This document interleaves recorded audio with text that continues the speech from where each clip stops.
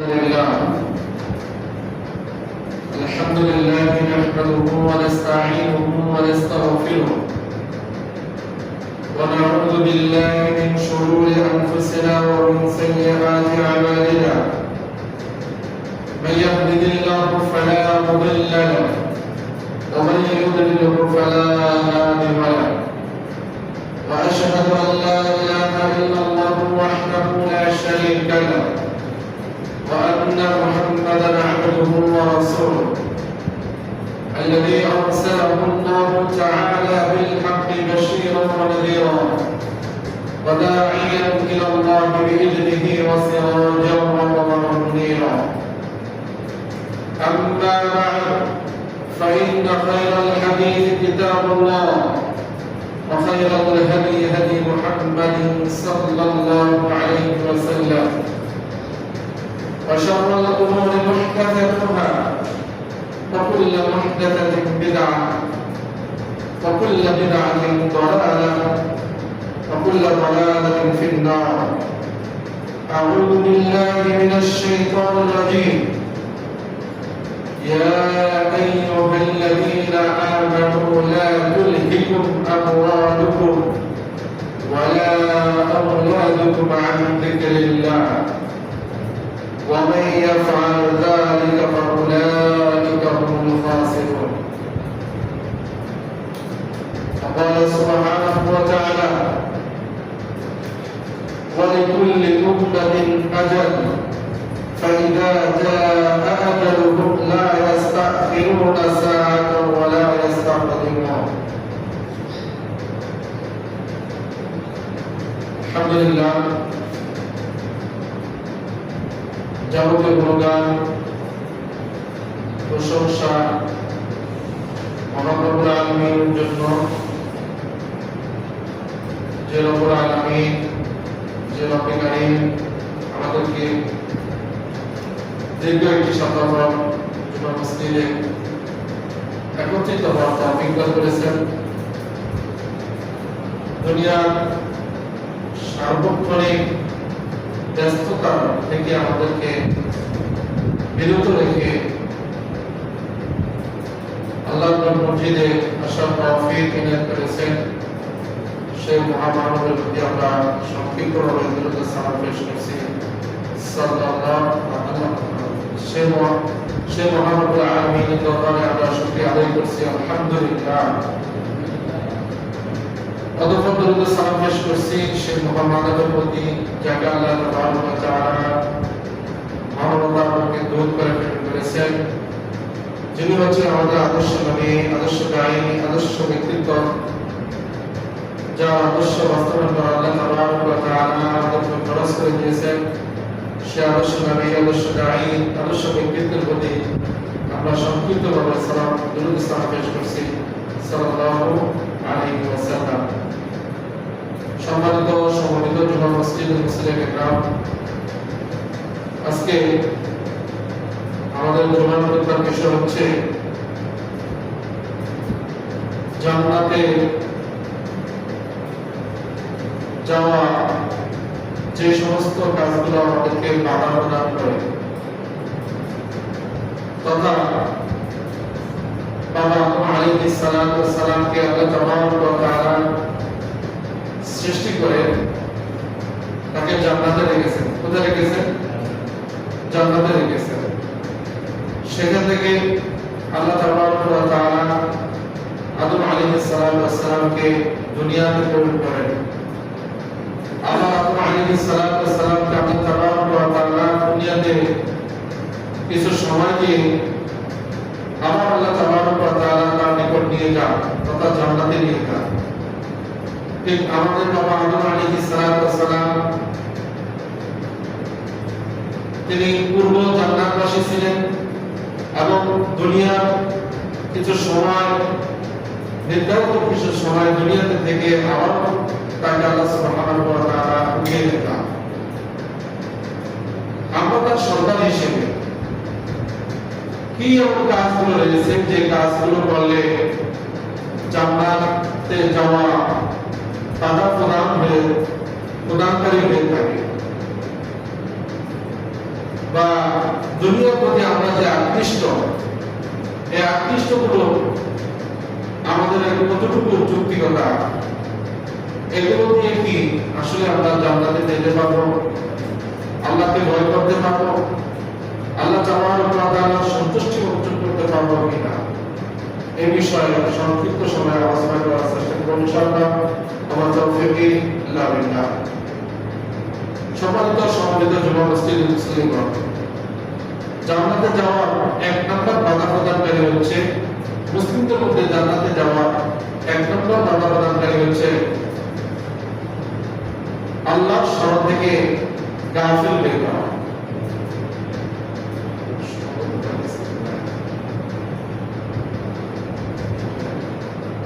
তো আল্লাহ সুবহানাহু ওয়া তাআলা তিনি বলেন, ইয়া আইয়ুহাল্লাযীনা আমানু লা তুলহিকুম আমওয়ালুকুম ওয়া লা আওলাদুকুম আন যিকরিল্লাহ ওয়া মান ইয়াফআল যালিকা ফাউলাইকা হুমুল খাসিরুন। আল্লাহ সুবহানাহু ওয়া তাআলা সূরাতুল মুনাফিকে তিনি আমাদেরকে জানিয়ে দিয়েছেন, তিনি আমাদেরকে বলেন, ইয়া আইয়ুহাল্লাযীনা আমানু, ওয়া হে ঈমানদারগণ, লা তুলহিকুম আমওয়ালুকুম ওয়া লা আওলাদুকুম আন যিকরিল্লাহ।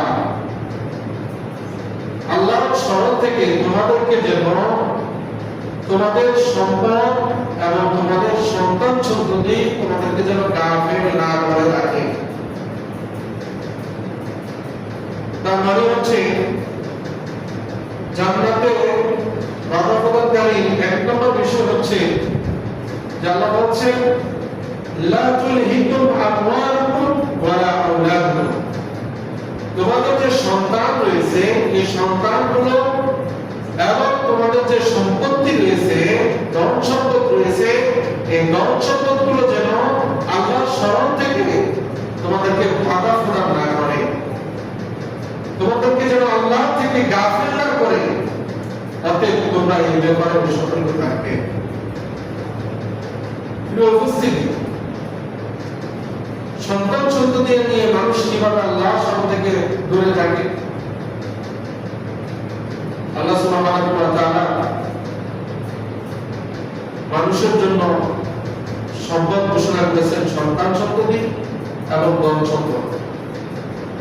আমাদের যে সমস্ত মা বোনেরা সন্তানকে লালন পালন করে, লালন পালন করতে গিয়ে সন্তানকে ওসিলা করে, সন্তানকে দায়ী করে আল্লাহ দেওয়া যে বিধান তথা সালাত, এই সালাত থেকে দূরে থাকে। ওসিলা হতে পারে বাচ্চা প্রসাব করে দিয়েছে, এজন্য সালাত থেকে দূরে আছে। ওসিলা হতে পারে বাচ্চাকে দুধ পান করাচ্ছি, এমন অবস্থায় ঘুম চলে আসছে, তাই আল্লাহ সালাত থেকে, আল্লাহ দেওয়া বিধান থেকে মাহরুম হয়ে যাচ্ছি।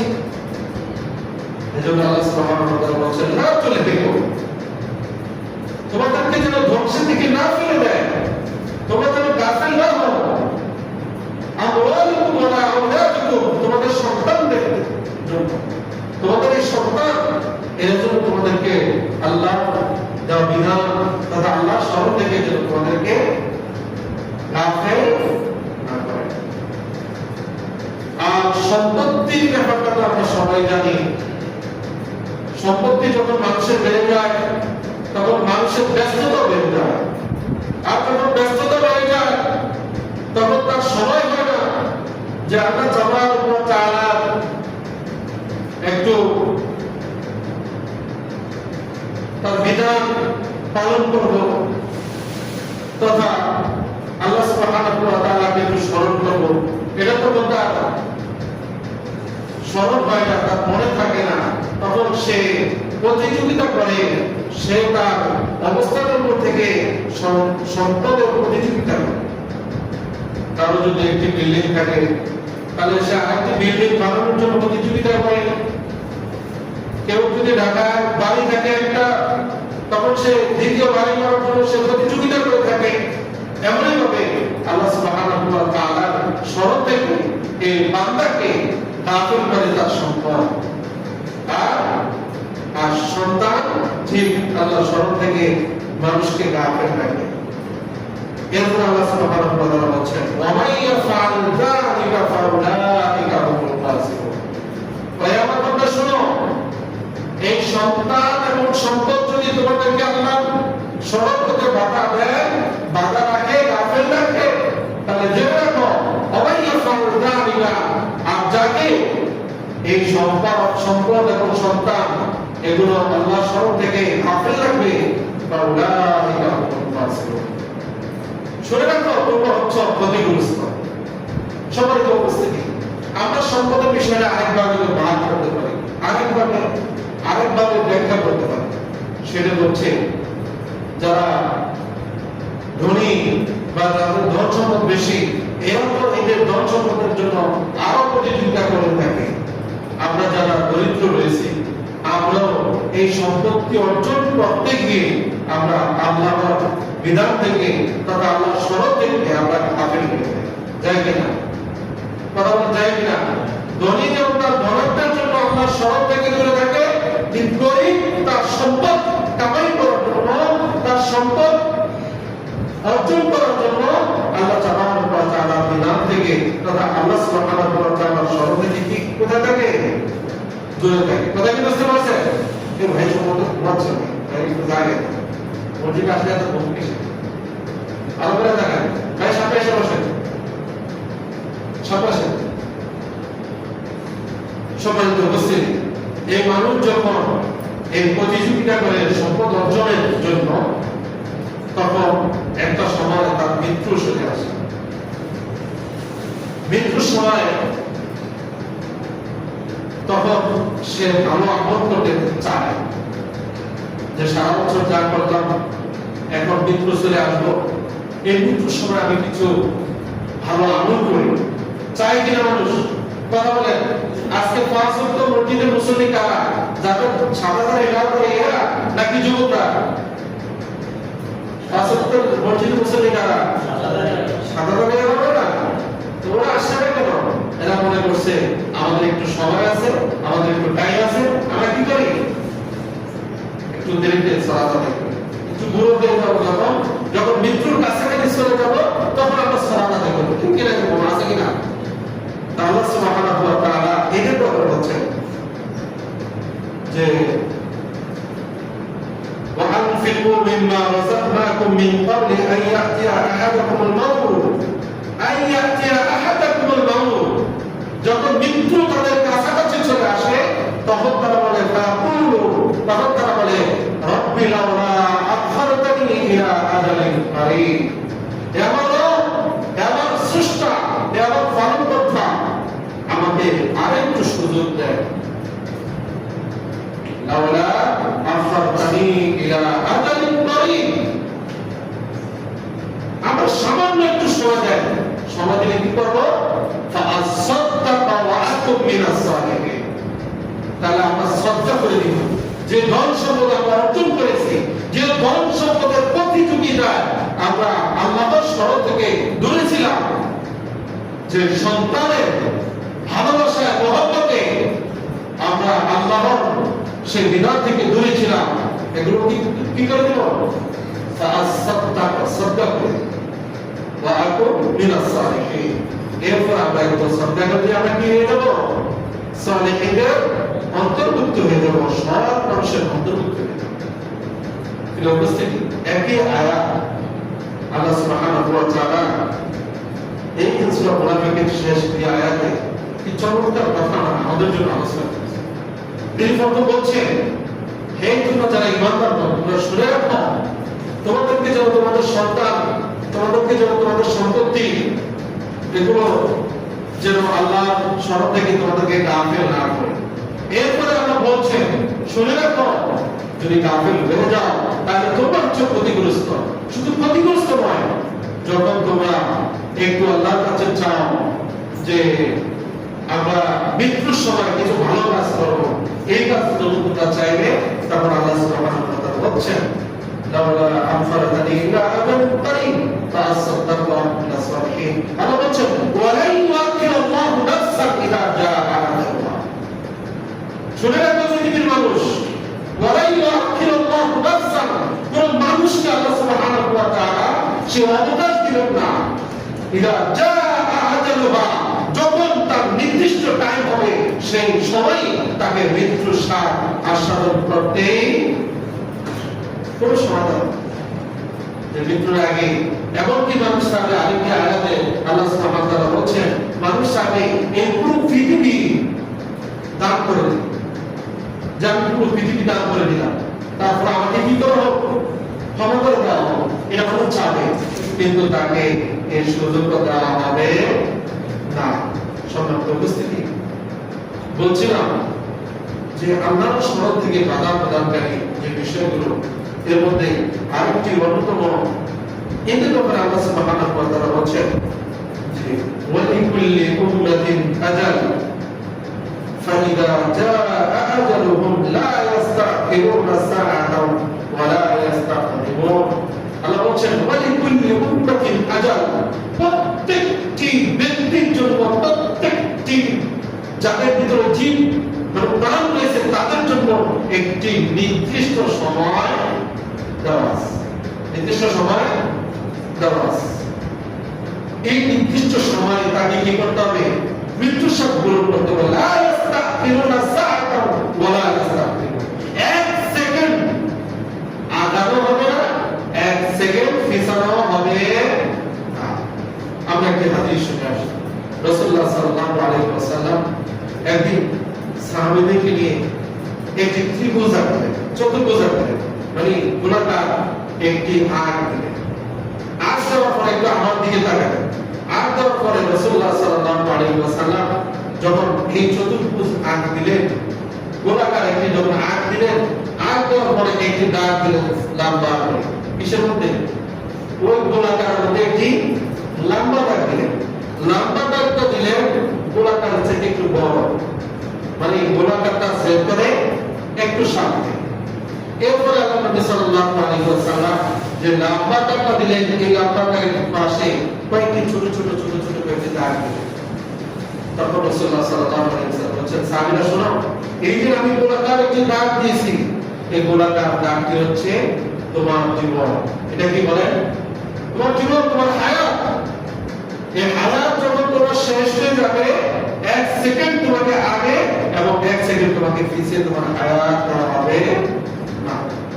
এটা হচ্ছে হায়াত। আর ওই গোলাকার মাঝখানে আমি যে একটি দাগ দিয়েছি, সেই দাগটি হচ্ছে মানুষ, ব্যক্তি। আর গোলাকার ভিতর যে একটু দাগ দিয়ে গোলাকার থেকে সেভ করে একটু সামনে আসলাম, এই দাগটি হচ্ছে মানুষের আশা। তার মানে হচ্ছে মানুষ বেঁচে থাকে তার হায়াতের মধ্যে, কিন্তু সামনে যে দাগটা আছে এর হচ্ছে তার আশা। প্রত্যেকটি মানুষ যখন মৃত্যুবরণ করে তখন তার আশা তার পূরণ হয়, তার হায়াত আছে তার আশা। রাসূলুল্লাহ সাল্লাল্লাহু আলাইহি ওয়াসাল্লামের একটি হাদিস আছে যে আদম সন্তান পেট মাটি ছাড়া কিছুতেই করবে না। আপনি যদি আজকে 100 কোটি টাকার মালিক হন, আপনি 200 কোটি টাকার মালিক হওয়ার জন্য প্রতিযোগিতা দিবেন। আপনি যদি আজকে 10 টাকার মালিক হন, 20 টাকা হওয়ার জন্য আপনি প্রতিযোগিতা করবেন। আল্লাহর বিধান থেকে আপনি দাখিল করবেন, আল্লাহর শরৎ থেকে আপনি বিমুখ হয়ে যাবেন। ফর্মালিটি রক্ষা করার জন্য যুগান্তির ঘটি যাবেন, ফর্মালিটি রক্ষা করার জন্য বিভিন্ন ডান্স করতে আপনি করবেন। অতএব প্রত্যেকটি মানুষ যখন মৃত্যুবরণ করে তখন সে তার আশা নিয়ে সে মৃত্যুবরণ করে। তার হায়াত সীমিত, কিন্তু তার আশা সীমিত না। ওই লম্বা দাগের পাশে রাসূলুল্লাহ সাল্লাল্লাহু আলাইহি ওয়াসাল্লাম যে দাগগুলো দিলেন, এই দাগগুলো হচ্ছে দুনিয়ার জীবনে আপনার পরীক্ষা। কি পরীক্ষা? কি অবস্থা? আপনি কেমন আছেন? আলহামদুলিল্লাহ ভালো আছি, অসুস্থ ছিলাম, আমারও অসুস্থ। বলি না, এই যে ব্যস্ততা, এই যে পরীক্ষা আপনার জন্য। ভালো আছি, আজকে নামাজ পড়ছেন, নামাজ পড়তে পারি না, কেন? ওই সমস্যা ছিল। এই যে সমস্যা, এইগুলো হচ্ছে ছোট ছোট দাগগুলো দিয়ে রাসূলুল্লাহ সাল্লাল্লাহু আলাইহি ওয়াসাল্লাম বলছেন, এই তোমার জীবন, এই তোমার জীবনের মধ্যে একটা মানুষ বসবাস করে। এই মানুষ বসবাস করার পাশাপাশি ছোট ছোট দাগ দিয়ে রাসূলুল্লাহ সাল্লাল্লাহু আলাইহি ওয়াসাল্লাম বোঝাচ্ছেন মানুষ শুধু একা বসবাস করবে না, মানুষ তার সমস্যা নিয়ে সে বসবাস করবে, কিন্তু দিন শেষে যখন তার হায়াত চলে যাবে তখন তাকে কোথায় চলে যেতে হবে? আল্লাহ তাকে সাহায্যে চলে যেতে হবে। অতএব আমাদের যে নির্দিষ্ট টাইম রয়েছে, হায়াত রয়েছে, এই হায়াতের চাইতে আমাদের আশা অনেক বেশি, বেশি কিনা? নারীরা কত সুন্দর আশা করে, স্বামীর কাছে কত কিছু না আশা করে না? কিন্তু আপনার স্বামীর যে ইনকাম রয়েছে, আপনার স্বামীর যে টাকা রয়েছে, আপনার স্বামীর যে সম্পদ রয়েছে, ওই সম্পদের পরিমাণ আপনাকে আশা করতে হবে। আজকে আমাদের সমাজে অধিকাংশ ডিভোর্স গুলো হয় স্বামীর কাছে যেটা নাই তার চেয়ে বেশি আশা করে কিনা? কথা বলেন, করে কিনা? দ্বিতীয়বার মতন ডিভোর্স যখন হয়ে যায়, দ্বিতীয়বার মতন যখন আবার তার বিয়ে হয়, এই প্রথম স্বামী যা ছিল এর থেকে ভিন্ন শ্রেণীর একজন স্বামীর সাথে, একজন ছেলের সাথে তার বিবাহ বন্ধনে সাহায্য হবে। এটা হচ্ছে তার ওই আশা, ওই সমস্যা। এটা করা লাগবে, ওটা করা লাগবে, সন্তান নিয়ে কেন পাবো না, বড় বাচ্চা নিয়ে কেন পাবো না? হ্যাঁ, অবশ্যই পাবো। একজন পুরুষকে আল্লাহ সুবহানাহু ওয়া তাআলা তার ভিতরে পুরুষের সে খাসিয়ত দিয়ে, পুরুষের সে বৈশিষ্ট্য দিয়ে তাকে আল্লাহ সৃষ্টি করেছেন। অতএব এখানে নারীদের কোনো অত্যাচারী, নারীদের কোনো নেতৃত্ব দেওয়া চলবে না। আল্লাহ সুবহানাহু ওয়া তাআলা বলছেন, আর রিজালু কাওয়ামুনা আলান নিসা, নারীরা হচ্ছে, পুরুষরা হচ্ছে নারীদের জন্য একজন শাসক। নারী সবসময় তার পুরুষ যে স্বামী, ওই স্বামীর আওতাভুক্তই থাকবে। অতএব স্বামী তার স্ত্রীকে চালাবে, স্ত্রীরা স্বামীকে চালাতে চায় না। আছে কিনা আমাদের সমাজে? অনেক স্ত্রীরা স্বামী করে চালায়, এই কি করছে কেন? উচিত না। ওর ভিতরে যদি পুরুষত্ব না থাকে, বিয়ে উচিত না। আপনার 10 টাকা আছে, 10 টাকা তাই আপনার সন্তুষ্ট থাকতে হবে আপনার স্ত্রী, আপনার স্ত্রীকে আপনার উপর কর্তৃত্ব আল্লাহ করবে, আপনি শুধু কিন্তু স্ত্রীর সম্মান সে কর্তৃত্ব করবে না, সে তার সন্তান এদেরকে দেখাশোনা করবে, এদের পরিচর্যা করবে, আল্লাহ হুকুম করবে। আল্লাহ নবী সাল্লাল্লাহু আলাইহি ওয়াসাল্লাম, শোনো নারীরা, তোমরা শুনে রাখো, তোমরা 4টি কাজ যদি করো তাহলে তোমাদের জন্য জান্নাত দিচ্ছি। সুবহানাল্লাহ, কথা বুঝতে পারছেন? পুরুষের জন্য এটা বলেন না। আল্লাহ নবী সাল্লাল্লাহু আলাইহি ওয়াসাল্লাম বলেন, আল্লাহ নবী সাল্লাল্লাহু আলাইহি ওয়াসাল্লাম বলেন যে যখন কোন নারী সে 5 ওয়াক্ত সালাত আদায় করে, তার জন্য আল্লাহ সুবহানাহু ওয়া তাআলা জান্নাত ঘোষণা করেছেন। আর 2 নম্বর, সে সিয়াম পালন করত, রমজান যখন আসলো তখন সে সিয়াম পালন করত। 3 নম্বর, সে তার স্বামীর আদর্শগুলোকে সে বাস্তবায়ন করলো, স্বামীর আনুগত্য করলো। আর 4 নম্বর হচ্ছে তার লজ্জাস্থানে হেফাজত করলো। এই 4টি গ্যারান্টি যদি কোনো নারী দিতে পারে, আল্লাহ নবী সাল্লাল্লাহু আলাইহি ওয়াসাল্লাম বলেন এই নারীর জন্য খুব সহজ হয়ে যাবে জান্নাত। সুবহানাল্লাহ। 1 নম্বর 5 ওয়াক্ত সালাত, 2 নম্বর যখন আপনার সিয়ামের মাস চলে আসবে তখন সিয়াম পালন, 3 নম্বর স্বামীর আনুগত্য করা, 4 নম্বর স্বামীর অবর্তমানে লজ্জাস্থানে হেফাজত করা। এই 4টি গ্যারান্টি যদি কোনো নারী দিতে পারে, আল্লাহ নবী সাল্লাল্লাহু আলাইহি ওয়াসাল্লাম বলেন তাহলে জান্নাত, সে ব্যক্তি জান্নাতে প্রবেশ করবে। সুবহানাল্লাহ। সম্মানিত উপস্থিতি, যেটা বলছিলাম যে আমাদের জন্য নির্দিষ্ট কিছু সময় আল্লাহ তাবারক ওয়া তাআলা দিয়ে রেখেছেন। এই হায়াতের মধ্যে আমাদের এক একজনের আশা কত লম্বা আছে কিনা আশা? অতএব এত লম্বা আশা না করে আমরা আজকে যা পেয়েছি, আজকে যা করেছি, এটাকে নিয়ে ভেবে এবং আল্লাহ শুকরিয়া আদায় করে এরপর আমাদেরকে দিনের কাজগুলো শেষ করতে হবে। মনে রাখবেন আপনার যতদিন পর্যন্ত হায়াত থাকবে ততদিন পর্যন্ত আপনি না খেয়ে পৃথিবীতে থাকবেন। কথা বুঝেন না? আপনার হায়াতের ব্যবস্থা, হায়াত যে আল্লাহ তাবারক ওয়া তাআলা নির্ধারণ করেছেন, ঠিক আপনাকে সৃষ্টি করার পূর্বে সে আল্লাহ আপনার রিজিকের ব্যবস্থা করেছেন। পাশের কিনা আমা মিন দাব্বাতিন ফিল আরদি ইল্লা আলাল্লাহি রিজকুহা, আল্লাহ বলছেন আমা মিন জমিনে এমন কোন বিচরণশীল প্রাণী নেই যে প্রাণী রিজিকের ব্যবস্থা আল্লাহ করেন নাই। সুবহানাল্লাহ। তার মানে আপনি কি মনে করছেন আপনি রিজিক নাই? এই জন্য দেখেন এখন এই অবস্থায় আমাদের কত মুসলিম ভাইরা রিজিকের তাড়নায় দৌড়াদৌড়ি করছে, আল্লাহর দোয়ার মধ্যে আসতে পারছে না। আছে কিনা? কথা বলেন, আছে কিনা? প্রতিযোগিতা করছে দুনিয়ার জন্য কি রিজিক নেই। তো যেটা বলছিলাম যে নির্দিষ্ট সময় দেওয়া হয়েছে আপনাকে আমাকে, এই নির্দিষ্ট সময় আবার ফিরে যেতে হবে কোথায়? আল্লাহ তাআলার কাছে।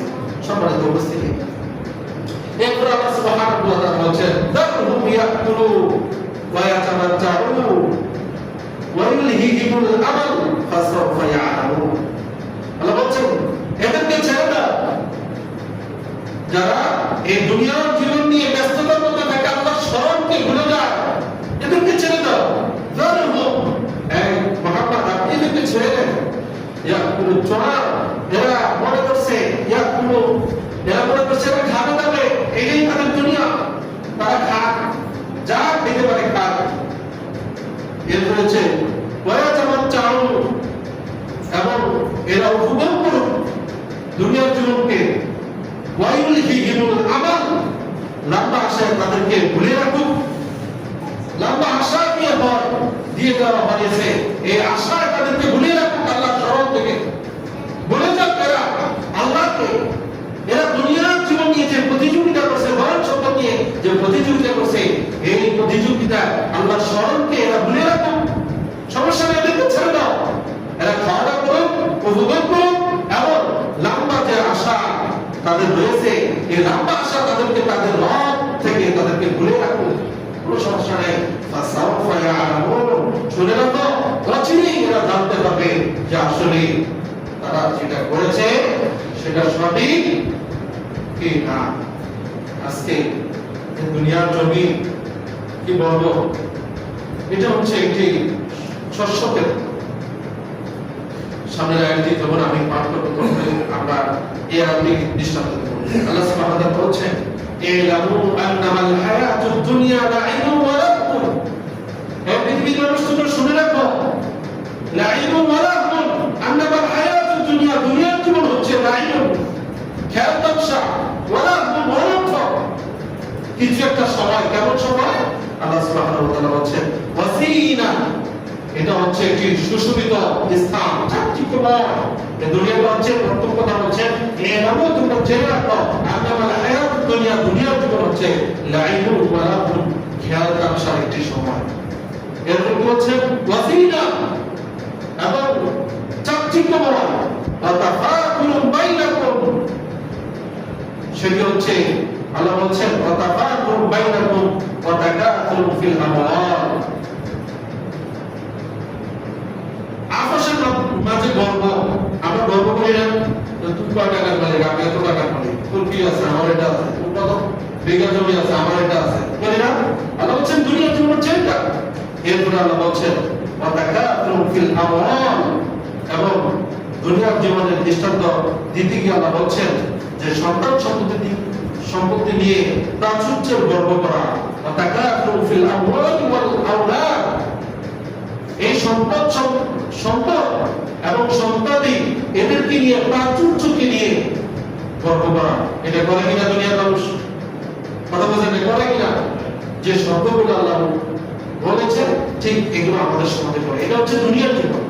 এরপর আল্লাহ সুবহানাহু ওয়া তাআলা আমাদেরকে সতর্ক করেছেন যে কামাসালি তারিফিন আজাল কুফার নাবাতুহু সুম্মা ইয়াহিজু ফাতারাহু মুস্তাক, যে আল্লাহ সুবহানাহু ওয়া তাআলা তিনি বলছেন এই যে দৃষ্টান্ত হচ্ছে একজন কৃষকের নয়। কৃষক কি করে? কৃষক যখন আকাশ থেকে পানি যখন এসে ওই উদ্ভিদগুলো, ধানগুলো, চাষগুলো যখন সুন্দর করে, যখন ধান চাষগুলো সবুজ হয়ে যায়, তখন কৃষক কি হয়? খুব উৎফুল্ল হয় না? কথা বলেন, আপনি এখানে একটু ধান করেছেন, আকাশ থেকে পানি বর্ষণ হয়েছে, পানি বর্ষণ হওয়ার পরে আপনার যে ধান চাষ করছেন, এই ধানগুলো খুব সুন্দরভাবে উঠলো এবং খুব সবুজ দেখা গেল, তখন আপনার মনে কি আসে? আনন্দ আসে না? আল্লাহ সুবহানাহু ওয়া তাআলা বলেন এই কৃষকের মতো দৃষ্টান্ত সামান্য মানে যখন আনন্দ আসলো তখন আবার আল্লাহ সুবহানাহু ওয়া তাআলা এগুলোকে ধ্বংস করে দিলেন। তখন তার কাছে কেমন লাগে? কেমন লাগে? খুব খারাপ লাগে না? ঠিক এইভাবে আল্লাহ সুবহানাহু ওয়া তাআলা বলছেন, এই যে দুনিয়া জীবন তোমাদেরকে আমি যেটা বললাম, ধন সম্পদ নিয়ে তোমরা খুব অহংকার করো, গর্ব করো, সন্তান সন্ততি নিয়ে তোমরা অহংকার করো, বংশের মর্যাদা নিয়ে তোমরা অহংকার করো, ক্ষমতা নিয়ে তোমরা অহংকার করো, হ্যাঁ সবকিছু নিয়ে তোমরা অহংকার করো। জেনে রাখো এই দুনিয়ার জীবন হচ্ছে দৃষ্টান্ত হচ্ছে একজন কৃষকের মতো। কৃষক যখন শস্য ফলাবি জমিতে ফলায়, আকাশ থেকে বৃষ্টি যখন সুন্দর করে বীজগুলো যখন উঠে সবুজ যখন হয়ে যায়, এরপরে না থাকার আগে ফসল না উঠানোর আগে তখন একটি বৃষ্টি এসে যখন একটি আযাব এসে ধ্বংস করে দেয়, তখন ওই কৃষকের অন্তর কি হয়ে যায়? ব্যথা ব্যথিত হয়ে যায় না? তাহলে কতটুকু সময় যখন সে এই কৃষি জমিগুলো যখন সবুজ হয়ে যায়, সে কতটুকু সময় সে গর্ববোধ করছে? এত কিছুক্ষণ আগে নাকি অল্পক্ষণের জন্য সে গর্ববোধ করেছিল। এরপরে যখন আযাব এসে যখন এগুলোকে নষ্ট করে দিল, তারপর কি হয়ে গেল? তারপর একেবারে খারাপ হয়ে গেল। ওই যে আনন্দ মুহূর্তটুকু বুঝেছেন, এই আনন্দ মুহূর্তটুকু হচ্ছে দুনিয়া। আপনি দুনিয়াতে আল্লাহ আপনাকে হায়াত দিয়েছেন, এই জন্য আপনি দুনিয়াতে আপনার ক্ষমতা অহংকারী করবেন, আপনার বংশের অহংকারী করবেন, আপনার সম্পদের অহংকারী করবেন, আপনার সন্তানের অহংকারী করবেন। এটা আল্লাহর কাছে গ্রহণযোগ্য নয়। এরপরে যখন আপনি মৃত্যুবরণ করবেন, মৃত্যুবরণ করার পর দুনিয়াতে যেমন ওই কৃষকের মন খারাপ হয়ে যায়, তার ধান শস্যগুলো যখন ধ্বংস হয়ে যায়, তখন আপনি মৃত্যুবরণ যখন করবেন তখন আপনি মন খারাপ করবেন। ওই সময় মন খারাপ করে কোনো উপকার আসবে না। এরপরে প্রিয় উপস্থিতি, আল্লাহ সুবহানাহু ওয়া তাআলা তিনি কিয়ামতের বর্ণনা দিতে গিয়ে তিনি বলছেন, ওয়াম্মা মান উতিয়া কিতাবাহু বিশিমালি। আল্লাহ বলছেন, ওয়াম্মা মান উতিয়া কিতাবাহু বিশিমালি, যাদেরকে আমলনামা বাম হাতে দেওয়া হবে। আমলনামা বোঝেন ভাই? আমলনামা বোঝেন সবাই? এই জন্য আমাকে দেখান। আমলনামা বোঝেন? পুরুষরা যারা বাইরে আছেন ভিতরে আসেন, সামনে আসেন। আমলনামা হচ্ছে আপনি দুনিয়াতে কি করছেন না করছেন সবকিছু আমলনামা। এই আমলনামা কিয়ামতের ময়দানে আপনাকে দেওয়া হবে। যার আমলনামা ভালো, যে তার রবের সৃষ্টিত হয়ে এই দুনিয়াতে থেকে তার রবের শুকরিয়া করে এই পৃথিবীর জমিন ছেড়ে চলে গেছেন, তার আমলনামা কোথায় দেওয়া হবে? ডান হাতে। আর যে তার রবের অকৃতজ্ঞতা আদায় করলো, হারাম বর্জন করলো, সন্তান নিয়ে গর্ব করলো, সন্তান নিয়ে গর্ব করলো, ক্ষমতা নিয়ে অহংকার করলো, সম্পত্তি নিয়ে অহংকার করলো, তাকে আল্লাহ তাআলা কোনাতে দেবেন না। কেমন মতন আপনাকে বলা হবে ইকরা কিতাব, এবং ফরজ তুমি তোমার আমল করো, কাফা বিনাফসিকা ইয়াউমা আলাইকা হাসিবা। আজকে তুমি যথেষ্ট, তুমি বিচারক হিসেবে যথেষ্ট। তুমি দুনিয়াতে কি করছো? এটাই তুমি বলো তোমার আমলনামা, তুমি কি করছো দুনিয়াতে? কোথায় কোন জায়গায় কি করেছো? কোথায় স্বামীর অযত্নে স্বামীর মাকে তুমি হেফাজত করো না? আজকে বলো কোথায় স্বামীর দুর্নাম বদনাম করে তুমি বেড়াচ্ছ? আজকে তুমি তোমার আমলনামা করো।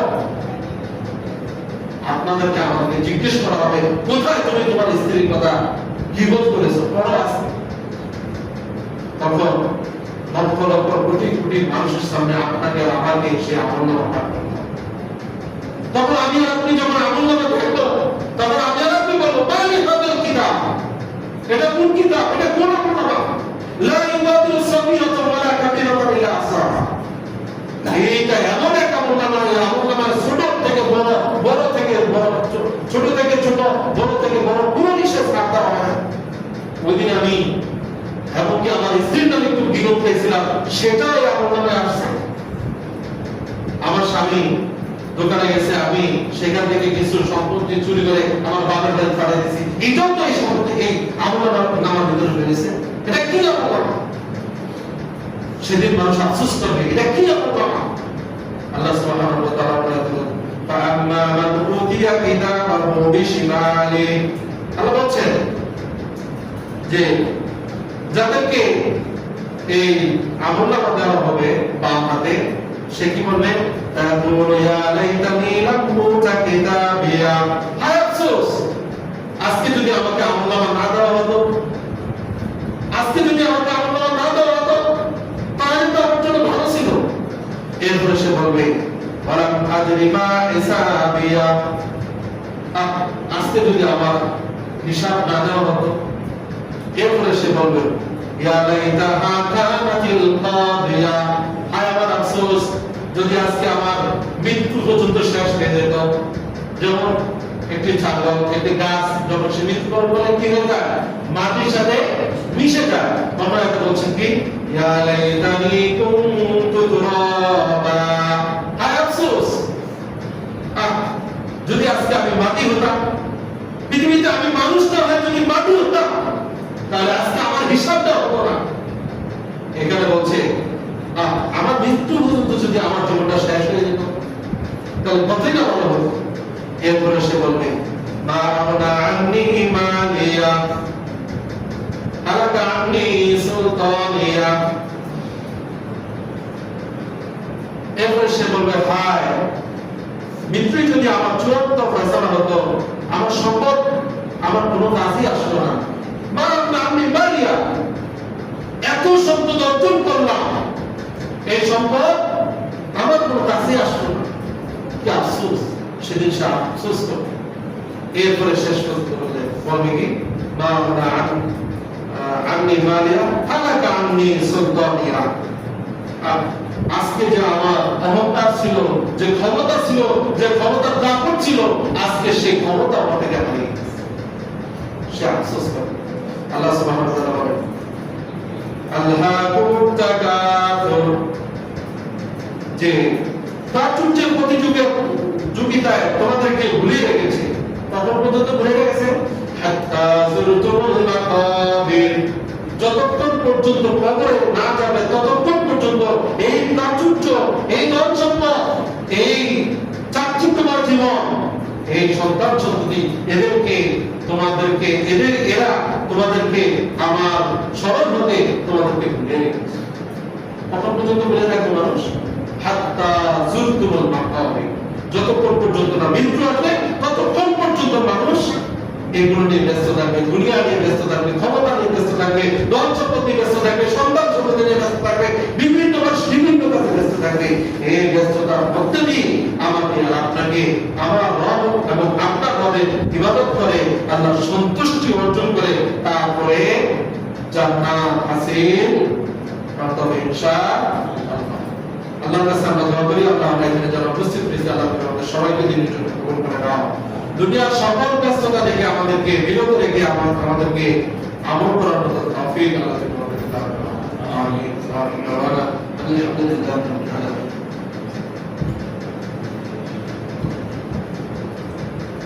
আলহামদুলিল্লাহ আলহামদুলিল্লাহি রাব্বিল আলামিন ওয়াল আকিবাতু লিল মুত্তাকিন والصلاة والسلام على سيد الأنبياء والمرسلين نبينا محمد وآله وصحبه أجمعين وبعد।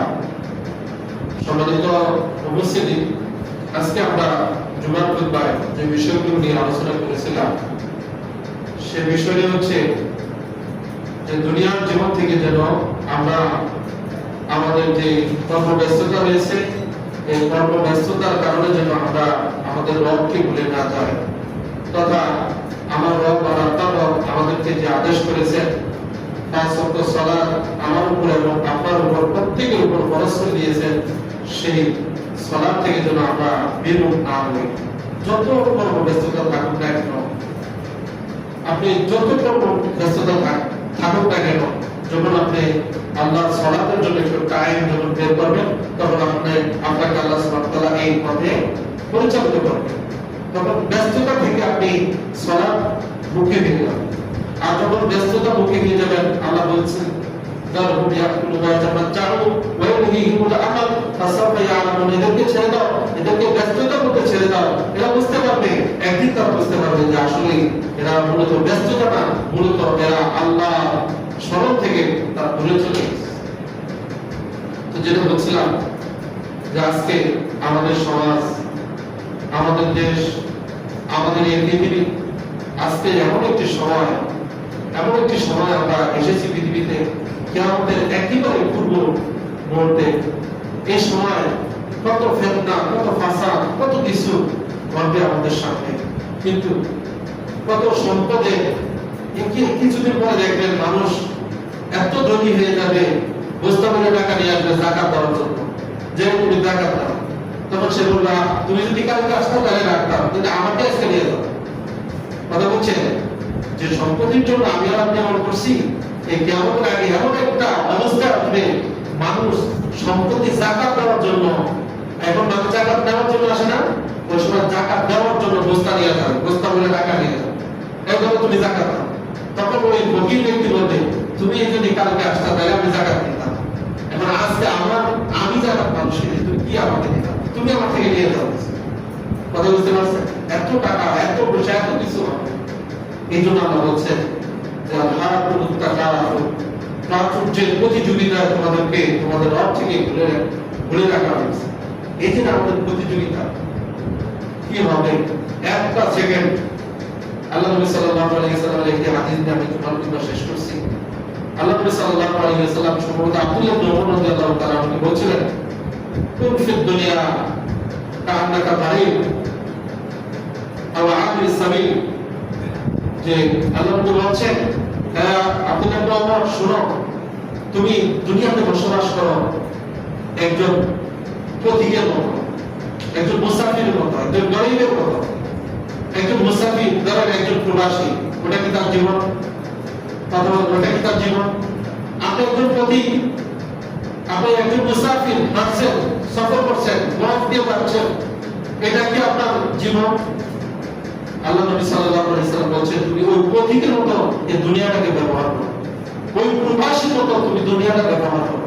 পথিক যেমন সবকিছু নিয়ে সে ভ্রমণ করে না, একজন প্রবাসী যেমন সবকিছু নিয়ে ওখানে চাকরি করে না, ঠিক তুমি এই দুনিয়াটাকে এরকম মনে করো। এরপরে আব্দুল্লাহ ইবনে ওমর রাদিয়াল্লাহু তাআলা বলছেন, শোনো আল্লাহ নবীর কথাটা আমি বলি তোমাদেরকে, সেটা হচ্ছে তুমি এখন মনে করো যে না আজকে আল্লাহ শুননা, কালকে থেকে নামাজ পড়া শুরু করো ফজর থেকে। আল্লাহ আব্দুল্লাহ ইবনে ওমর বলছেন, না ওই কাল পর্যন্ত তোমার সময় থাকবে কিনা তুমি তো সেটা জানো না, অতএব এখন থেকে এই মুহূর্ত থেকে তোমাকে কি করতে হবে, পরিবর্তন করতে হবে। কালকে পর্যন্ত বাস এটা আছে, কোনো আছে আমাদের গ্যারান্টি আছে নেই, অতএব এখন শুনছি, এখন থেকে আমাকে আর আপনাকে মানতে হবে। আল্লাহর কাছে দোয়া করি, আল্লাহ আমাদের সবাইকে কবুল করে নাও, আমিন। আমরা সবাই দোয়া করে নিই, আল্লাহুম্মা সাল্লি আলা মুহাম্মাদ ওয়া আলা আলি মুহাম্মাদ কামা সাল্লাইতা আলা ইব্রাহিম ওয়া আলা আলি ইব্রাহিম ইন্নাকা হামিদুম মাজিদ। আল্লাহুম্মা বারিক আলা মুহাম্মাদ ওয়া আলা আলি মুহাম্মাদ কামা বারাকতা আলা ইব্রাহিম ওয়া আলা আলি ইব্রাহিম ইন্নাকা হামিদুম মাজিদ। আমরা আল্লাহর কাছে দোয়া করি, আল্লাহ আমরা এখানে যারা উপস্থিত রয়েছে, আল্লাহ তুমি আমাদের সবাইকে ক্ষমা করে দাও। আমাদের বাবা মা যারা জীবিত রয়েছে, আল্লাহ তুমি আমাদের বাবা মাদেরকে রহমত বর্ষণ করো, তাদেরকে তুমি ক্ষমা করে দাও, তাদেরকে সঠিক পথে পরিচালিত করো। আল্লাহ আমাদের যাদের সন্তান রয়েছে, আল্লাহ তুমি আমাদের সন্তানগুলোকে দিনের জন্য কবুল করে নাও। সকল ধরনের বাবা মুসিবত থেকে তুমি আমাদের সন্তানগুলোকে হেফাজত করো, আমাদের সন্তানগুলোকে দিনের জন্য কবুল করে নাও। তারা যেন তোমার দাওয়ার কাজ করতে পারে, তৌফিক এবং তাদেরকে দান করো। আল্লাহ আমাদের এখানে যারা উপস্থিত রয়েছে, আমরা অনেক অসুস্থ, আল্লাহ তুমি আমাদেরকে সুস্থতা দান করো।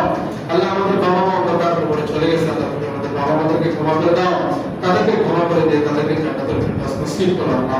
আল্লাহ আমাদের এখান থেকে অনেক মুরব্বীরা আমাদের এই মসজিদের পাশে কবরে শহীদ হয়েছে, আল্লাহ তুমি তাদেরকে ক্ষমা করে দাও। আল্লাহ তুমি আমাদেরকে ইসলাম মেনে চলার তৌফিক দান করো, তুমি আমাদের এই সমাজকে কবুল করে নাও, তুমি আমাদের এই দেশকে কবুল করে নাও, তুমি আমাদের এই দেশে এমন একজন নেতা দান করো যে নেতা ওমর রাদিয়াল্লাহু তাআলা আনহুর মতো রাষ্ট্র পরিচালনা করবে, যে নেতা ওমর মুহাম্মদ সাল্লাল্লাহু আলাইহি ওয়াসাল্লামের মতো এবং আবু বকর, ওমর, ওসমান এদের মতো যেন সেই দেশকে পরিচালনা করতে পারে, তৌফিক আমাকে সুযোগ করে দাও আমাদেরকে। آمين. اللهم أعز الإسلام والمسلمين وأذل الشرك والمشركين. اللهم أعزنا بالإسلام. اللهم خلد ملكنا وممالك الإسلام. اللهم رب ارحمهما كما ربيانا صغيرا. اللهم رب ارحمهما كما ربيانا صغيرا. اللهم أعد المسجد الأقصى إلى رحاب المسلمين. اللهم ارزقنا فيه صلاة قبل الممات يا رب العالمين. اللهم انصر المسلمين في فلسطين. اللهم انصر المسلمين في فلسطين. عباد الله رحمكم الله، إن الله يأمر بالعدل والإحسان وإيتاء ذي القربى وينهى عن الفحشاء والمنكر والبغي يعظكم لعلكم تذكرون. فاذكروني أذكركم واشكروا لي ولا تكفرون. قوموا للصلاة. سووا صفوفكم.